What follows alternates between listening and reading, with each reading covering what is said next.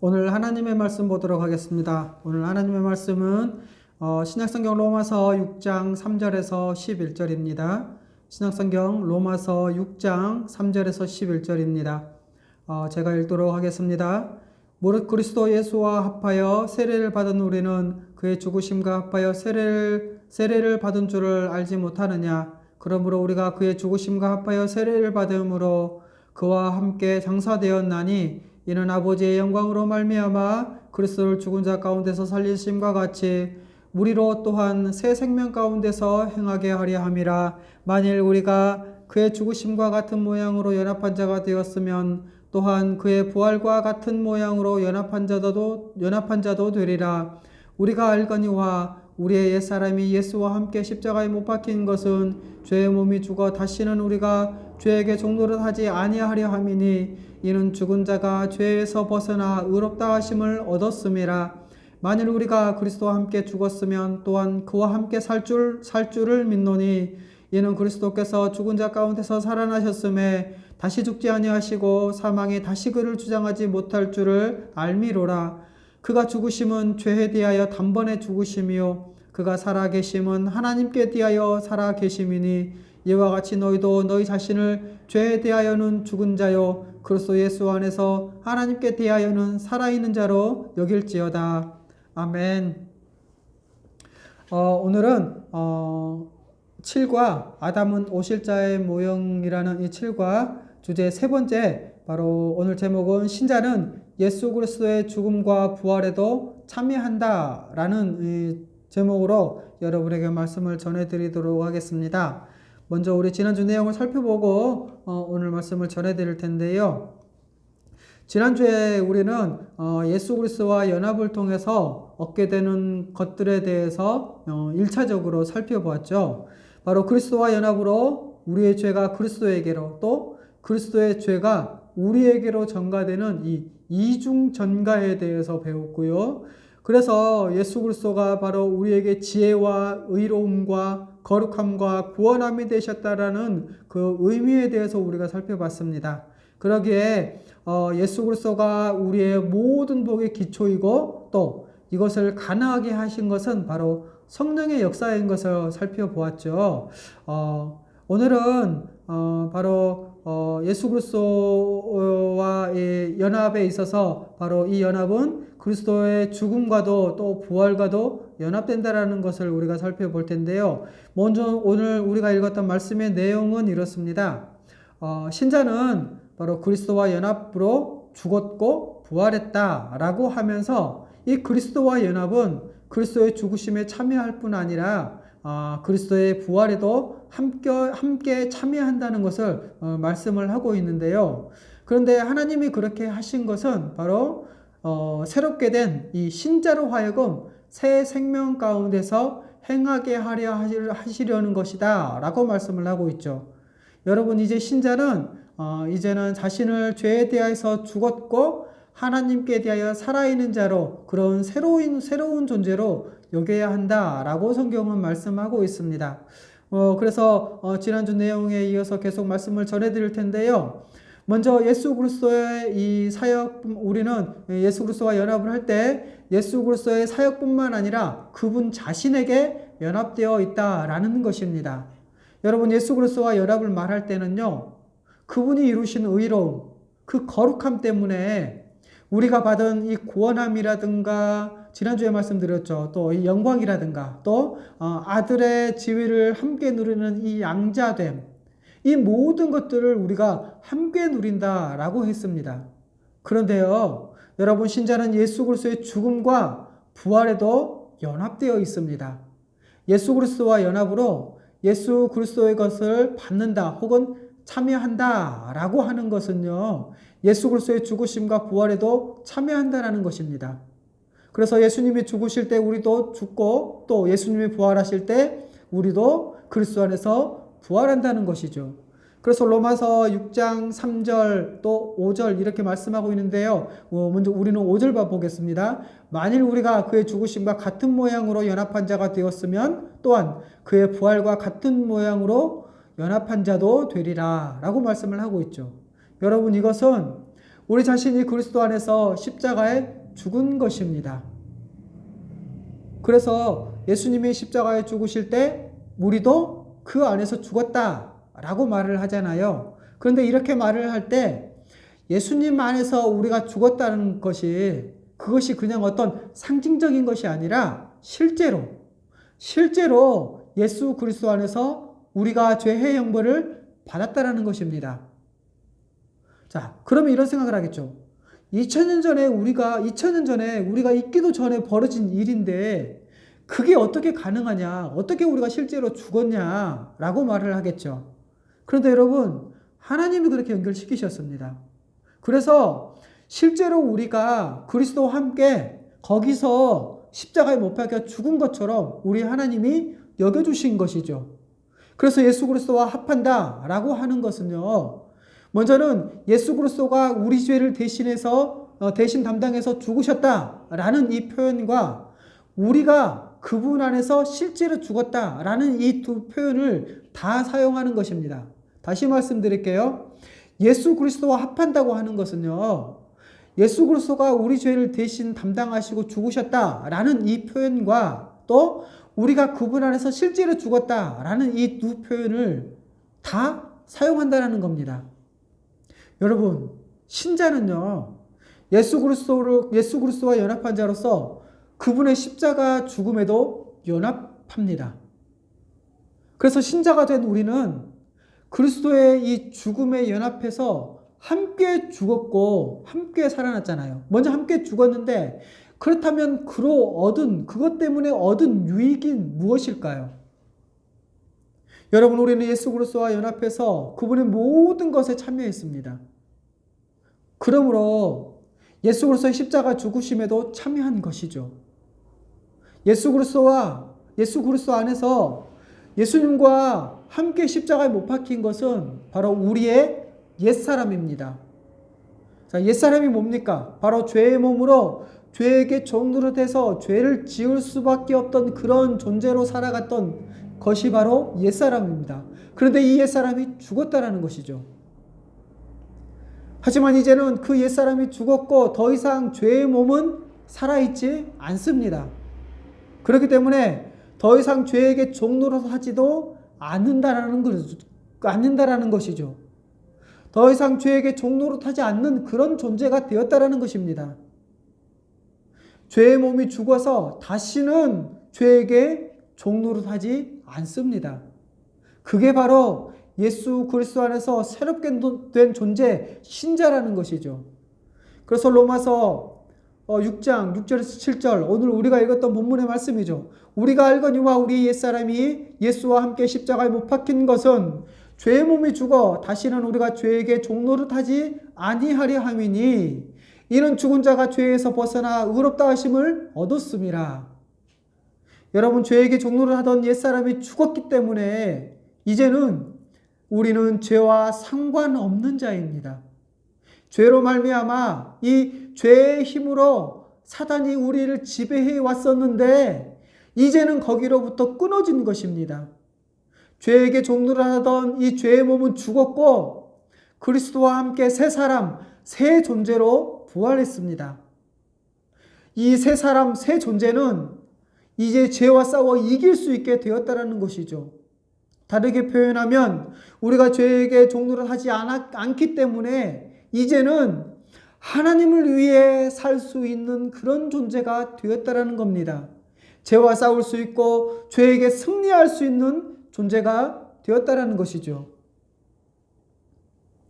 여러분, 전에는 죄를 지을 수밖에 없는 존재였다면 이제는 죄를 짓지 않을 수 있는 존재가 된 것입니다. 이것은 어떤 다른 능력을 별도로 받아서 그런 게 아닙니다. 믿음으로 이길 수 있는 것입니다. 이렇게 우리 자신이 예수 그리스도 안에서 십자가에 죽은 것뿐만 아니라 그리스도가 부활할 때 우리도 함께 부활했습니다.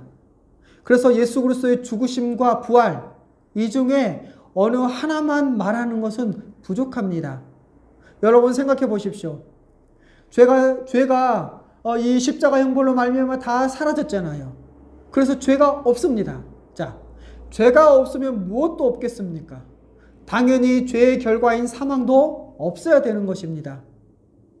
그렇기 때문에 부활은 의롭다함을 얻은 것의 증거이기도 하고요. 또 죄와 사망이 물러갔다는 증표이기도 합니다. 그래서 여러분, 예수 그리스도의 부활이 우리에게 있어서 아주 중요한 것입니다. 이제 예수 그리스도와 합한 자는 그리스도가 부활할 때 함께 부활합니다. 예수 그리스도와 합하여 그리스도와 함께 부활했다는 것은요, 여러분 다른 말로 표현하면 우리 안에 생명이 있다는 것입니다. 이 생명이 우리 안에서 시작된 것이죠. 그리고 또 마지막 때 우리의 부활까지 보장된다는 것입니다.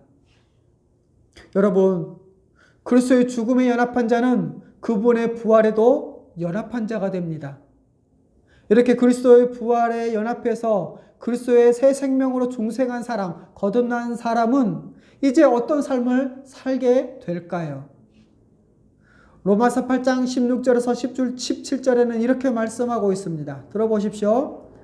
너희 자신을 종으로 내어주어 누구에게 순종하든지 그 순종함을 받은 자의 종이 되는 줄을 너희가 알지 못하느냐?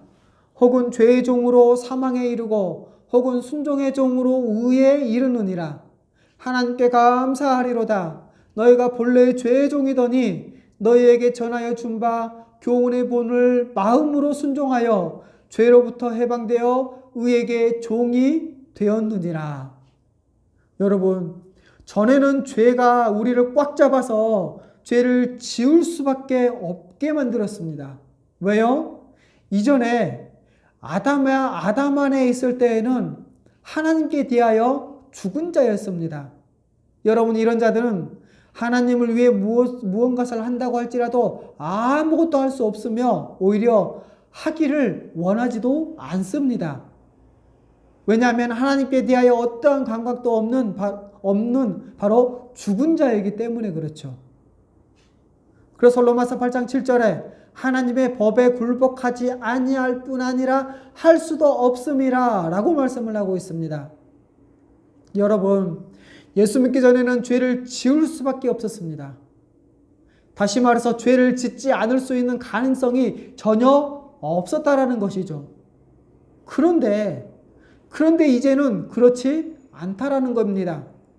비록 여러분 우리가 죄를 짓기도 하지만요, 예수 그리스도의 십자가에서 옛사람이 이미 죽었고 그리고 새 사람이 된 우리는 이제 근본적으로 죄를 짓지 않을 수 있는 존재, 죄의 권세에서 벗어난 존재입니다.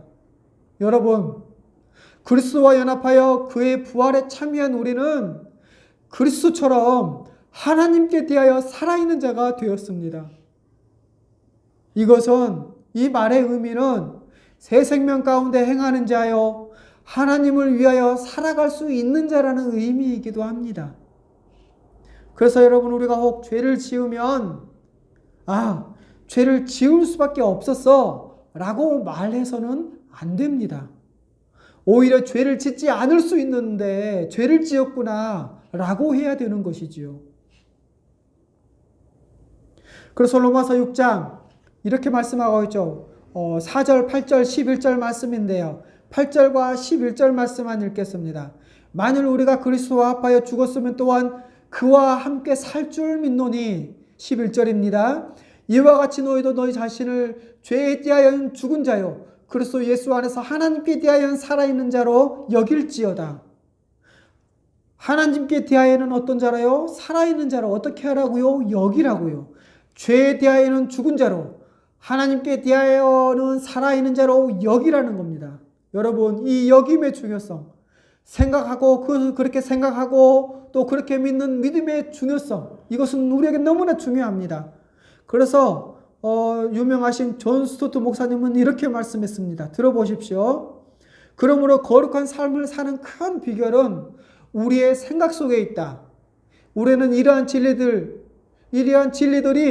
우리의 사고방식 속에 너무나 그리고 필연적으로 자리 잡아서 옛사람으로 돌아가는 일은 생각조차 할 수 없기까지 이 진리들을 회상하고 숙고하고 꼭 붙들고 마음에 새겨야 한다라고 말씀을 했습니다. 여러분, 우리는 이런 의식을 가져야 합니다. 하나님이 우리를 어떤 존재로 여기시는지, 우리는 우리 자신, 나 자신을 어떤 존재로 여겨야 하는지, 그리고 이제 우리가 어떤 존재인지를 생각하고 또 그것을 확실히 믿고 살아가는 것이 중요합니다. 여러분, 우리는 죄에 대하여 죽었고 하나님께 대하여 살아있는 자입니다. 우리는 지금도 예수 그리스도 안에 있습니다. 예수 그리스도와 연합으로 우리는 지금도 예수 그리스도의 그 충만함을 누릴 뿐만 아니라 장래의 소망도 갖고 있습니다.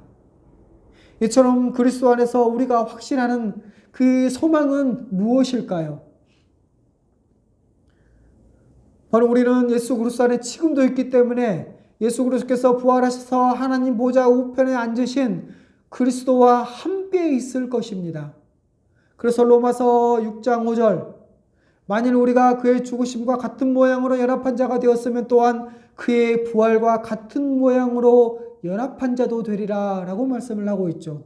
또 에베소서 2장 6절에 이렇게 말씀하고 있습니다. 또 함께 일으키사 그리스도 예수 안에서 함께 하늘에 앉히시니, 여러분, 예수 그리스도는 부활하셨습니다. 그러기에 여러분, 예수 그리스도와 연합한 우리도 역시 장차 부활할 것입니다. 그리고 그 부활체는 예수님처럼 영광스러운 몸, 영원하고 강한 몸, 신령한 몸으로 부활할 것입니다. 뿐만 아니라 예수 그리스도와 함께 하나님 오른편에 앉을 수 있는 그런 영광도 누릴 것입니다. 이것은 바로 만물을 다스리는 그 통치의 자리에 우리도 함께 앉는다는 것이죠. 여러분, 예수님이 재림하신 이 마지막 때에 우리가 누릴 영광은 정말로 놀랍습니다. 우리의 영은 완전히 새로워지고 우리의 몸은 영광의 몸으로 부활합니다. 그리고 여러분, 우리의 이 거처는 새하늘과 새 땅, 새 예루살렘 성으로서 완전한 풍성함과 그 아름다움을 가진 새롭게 창조된 피조 세계일 것입니다. 여러분, 우리는 그곳에서 우리 주님과 더불어 다스리며 살아갈 것입니다. 여러분, 우리가 그리스도와 연합해서 누리는 이 유익은 마르지 않는 샘과 같습니다. 그리스도 안에 있는 신자는요, 그리스도의 죽음과 부활에 함께 참여합니다. 이것은 여러분 상징적인 의미나 또는 어떤 신비주의적인 그러한 의미에서 말하는 것이 아닙니다. 이것은 실제로 예수님의 죽음의 현장에 참여해서 바로 그 십자가에서 우리도 죽었음을 의미하는 것이고요. 예수님의 부활에 참여해서 우리도 부활했음을 말하는 것입니다. 여러분, 이런 실제적인 연합은요, 바로 우리 하나님이 그렇게 여겨주시기 때문에, 간주화해 주시기 때문에 가능한 것입니다. 여러분, 생각해 보십시오. 실제보다 더 실제는요, 땅이 아니라 하늘의 실제입니다. 그리고 하나님의 여겨주심에 있는 것입니다. 여러분, 신자는 이렇게 예수 그리스도와 함께 십자가에 못 박힘으로 죄에 대하여는 죽었고 다시는 죄에게 종노릇하지 않습니다. 여러분, 신자는 예수 그리스도와 함께 살아서 이제 새 생명으로 하나님을 위해 살아갈 수 있는 자가 되었습니다. 이 부활과 이 생명은 결국 마지막 주님이 다시 오실 때에 몸의 부활로서 완전히 드러날 것입니다. 여러분, 이것이 우리의 소망입니다. 여러분, 우리의 소망은 그리스도 안에 있는 존재로서의 이 존재로서의 이 신자를 생각할 때 더 견고해지게 되는 것이지요. 묵상과 적용입니다. 여기서 세 가지 차원에서 정리를 해드리겠습니다. 지금까지 우리는 7과 아담은 오실자의 모형이라는 제목으로 말씀을 드렸는데 세 가지 차원에서 정리하면 첫 번째 이렇습니다. 먼저 객관적 차원에서 예수 그리스도의 의를 가졌기에 우리의 구원은 확고하다라는 겁니다. 여러분, 우리가 소유한 의는요, 우리의 행위에서 비롯된 불완전한 의가 아닙니다. 바로 예수 그리스도께서 이 생애에서 성취하신 완전한 의입니다. 우리는 아무리 애를 써도요, 우리의 의로는 하나님의 의에 도달할 수가 없습니다. 오직 예수 그리스도가 성취하신 의만 바로 하나님의 의에 도달하고 완전히 인정받는 의입니다. 이 예수 그리스도의 의를 여러분 우리가 우리 것으로 우리 하나님께서 삼아 주셨습니다. 예수 그리스도의 이 완전한 의가 바로 우리의 것으로 여겨 주신 것이죠. 그렇기 때문에 우리가 여러분 죄인이냐 의인이냐 이 문제는요, 우리를 보면 안 됩니다. 나 자신을 보면 안 된다고요. 누구를 봐야 됩니까? 바로 그리스도를 봐야 합니다. 왜요? 우리가 어떤 존재입니까? 바로 예수 그리스도 안에 있는 존재이기 때문에 그렇습니다. 그러므로 예수 그리스도 안에서 담대함과 확신을 갖고 하나님께 나아가 그 앞에 거하는 것이죠. 그래서 여러분, 진짜로 복음을 믿고 아는 자들은요, 자기가 너무 부족하고 너무나 실패한 삶을 살아도요, 예수 그리스도를 바라보면서 하나님 앞에 완전한 의인으로 나아가는 것입니다. 여러분, 참된 신자는 이런 믿음에 확신이 있습니다. 그리고 이것은 객관적인 사실입니다. 이미 우리의 어떤 느낌이나 이런 느낌과 상관없이 일어난 일, 바로 객관적 사실에 대한 믿음이라는 것이죠. 왜요? 바로 그리스도 안에서 벌어진 일, 우리 주 예수 그리스도가 성취하신 의는 우리와는 상관없이 우리 밖에서 일어난 일이기 때문에 그렇습니다. 그래서 우리의 느낌이라든가 또 우리의 어떤 주관적인 것에 대한 인식 또는 체험 또 경험 또 어떤 깨달음, 이것과는 아무런 상관이 없다라는 것이죠.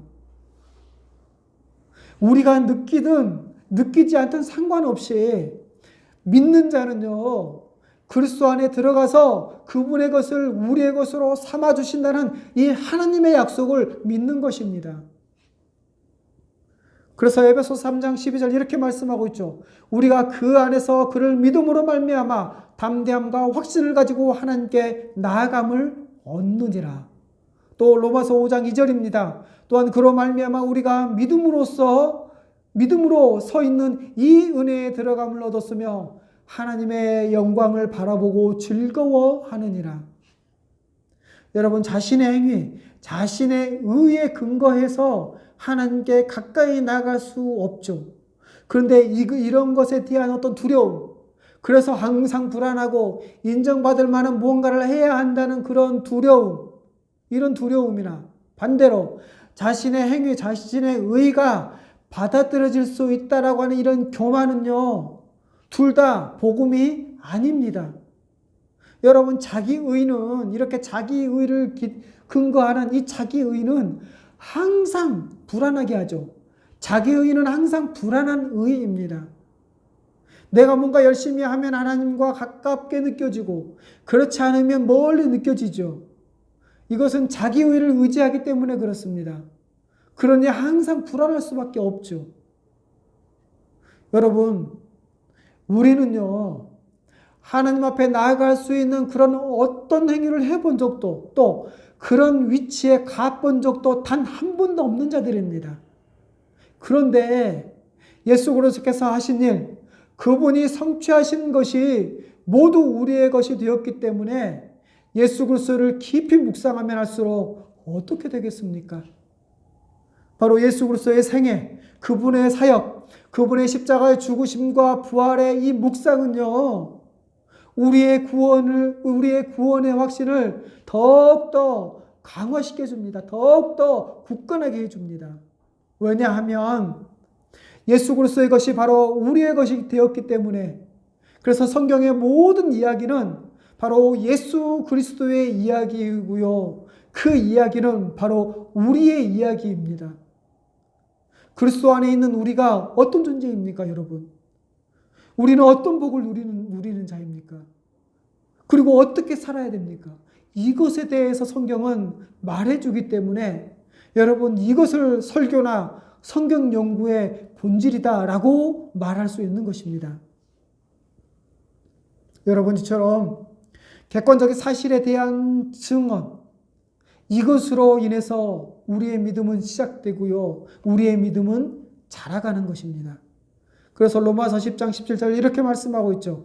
그러므로 믿음은 들음에서 나며 들음은 그리스도의 말씀으로 말미암았느니라.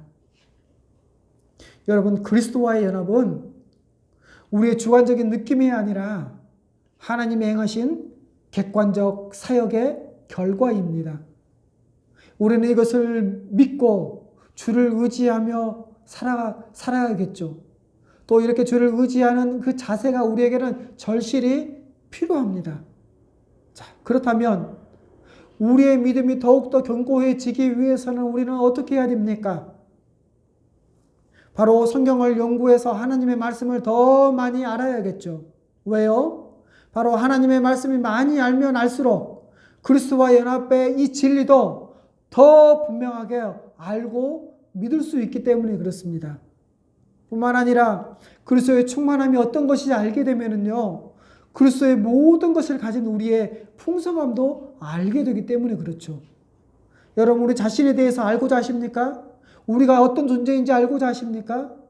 그렇다면 우리와 연합한 우리 주 예수 그리스도에 대해서 알려고 해야 합니다. 왜냐하면 그리스도에 대해서 아는 것이 바로 우리 자신에 대해서 아는 것이기 때문에 그렇습니다. 바로 그리스도에 대해서 말하는 것이 우리 자신에 대해서 말하는 것이기 때문에 그렇죠. 그러기에 그리스도가 우리입니다. 그러므로 그분의 모든 것이 바로 우리의 모든 것이죠. 그리스도의 충만함은 바로 우리의 충만함이기 때문에 예수 그리스도 그분 자체가 바로 우리에게는 은혜요 감사의 내용입니다. 그렇기 때문에요, 우리는 복음서를 잘 연구해야겠죠. 바로 복음서는 특히 예수님의 생애와 말씀과 사역을 기록한 책이기에 우리 주님을 알아갈 수 있습니다. 그래서 복음서를 연구하면서 더 나아가서 예수 그리스도의 사역을 기록한 선신서 등을 통해서 선신서를 함께 연구하면 우리는 더 큰 유익을 얻을 것입니다. 두 번째로 주관적 차원에서 바로 그리스도께서 성령으로 우리에게 역사하신다라는 겁니다. 성령께서 그리스도의 모든 것으로 여러분 우리를 변화시키십니다. 그래서 고린도후서 5장 17절에는 우리를 새로운 피조물이라고 말씀을 하고 있죠. 우리는 그리스도 안에서 성령으로 말미암아 새로운 피조물이 되었습니다. 성령의 역사로 이 세상에 한 번도 존재한 적이 없는 이 새로운 피조물인 것이지요. 바로 예수 그리스도의 모든 것, 그분이 의를 이루시기 위해 사용하셨던 모든 영적 자질도 다 받았습니다. 그래서 여러분 우리는 날마다 그렇게 살아갈 수 있는 것이지요. 그래서요, 여러분 우리 신자들, 우리의 인생은요, 믿음 생활, 신앙 생활입니다. 믿어서 살아내는 것이죠. 믿음으로 예수 그리스도 안에서 모든 것을 누리는 삶이 바로 신앙생활인 것입니다. 이 모든 것을 확신하게 하고 그리고 믿을 때 역사하시는 분이 바로 성령님이십니다. 그러니까 성령께서 그리스도의 모든 공로를 은혜로 우리에게 부어주십니다. 그로 인해서 의롭게 되었을 뿐만 아니라 의롭게 살아갈 수 있는 존재가 된 것이죠. 그래서 디모데후서 2장 1절 이렇게 말씀하고 있습니다. 내 아들아, 그러므로 너는 그리스도 예수 안에 있는 은혜 가운데 강하라 라고요. 여러분 예수 그리스도 안에 거하는 자는 더 이상 자기 자신으로 살지 않고요. 바로 예수 그리스도를 옷 입어 그리스도가 대신 사십니다. 이것은 바로 새로운 존재가 되었다라는 의미이고 새로운 가능성, 새로운 방향, 새로운 삶과 새로운 의미가 주어졌다는 것을 뜻하기도 합니다. 여러분 이런 관점에서 볼 때 우리는 그러면 어떤 면에서 변화가 나타났겠습니까? 그것은 바로 이전의 나는 죽었다라는 것이죠. 그리고 지금의 나는 그리스도 안에 있는 나이기에 바로 새로운 존재입니다. 여러분, 여기서 새로운 존재라는 것은 모든 것이 달라지고 바뀌어버린 존재인 것을 말합니다. 이전의 것은 다 사라지고 새로운 것이 생겨난 것이죠. 비록 우리의 겉모양은 그대로일지 모르나 우리의 모든 것이 다 새롭게 바뀌어버렸습니다. 그리고 거기서 가장 중요한 변화는 바로 하나님과 우리와의 관계라는 것이죠. 이전에는 하나님과 단절되었고 고통 속에서 죽음을 향해 살아가는 그런 존재였다면 지금은 하나님과 화평한 자로서 하나님의 품속에서 평강과 기쁨을 누리며 영생을 향해 살아가는 존재라는 것입니다. 날마다 그리스도 안에서 하나님의 은혜와 사랑으로 살아간다는 것이죠. 그러게 여러분, 우리의 삶의 목적, 삶의 가치, 삶의 관점, 삶의 방식, 그리고 우리의 인격 뿐만 아니라 일상의 생활 방식, 이 모든 것들이 다 달라졌습니다. 하나님을 위해 주님의 뜻에 순종합니다. 또 성령의 인도하심을 따라 그 능력으로 살아간다는 것이죠. 여러분, 예수 그리스도 안에 있는 신자는 그리스도의 모든 것을 다 받은 부요한 자입니다. 그것은 이제 우리로 하여금 어떤 삶을 가능하게 할까요? 바로 위의 것을 생각하고 땅의 것을 생각하지 않는다는 겁니다.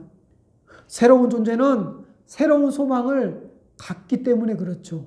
바로 예수 그리스도의 소망을요.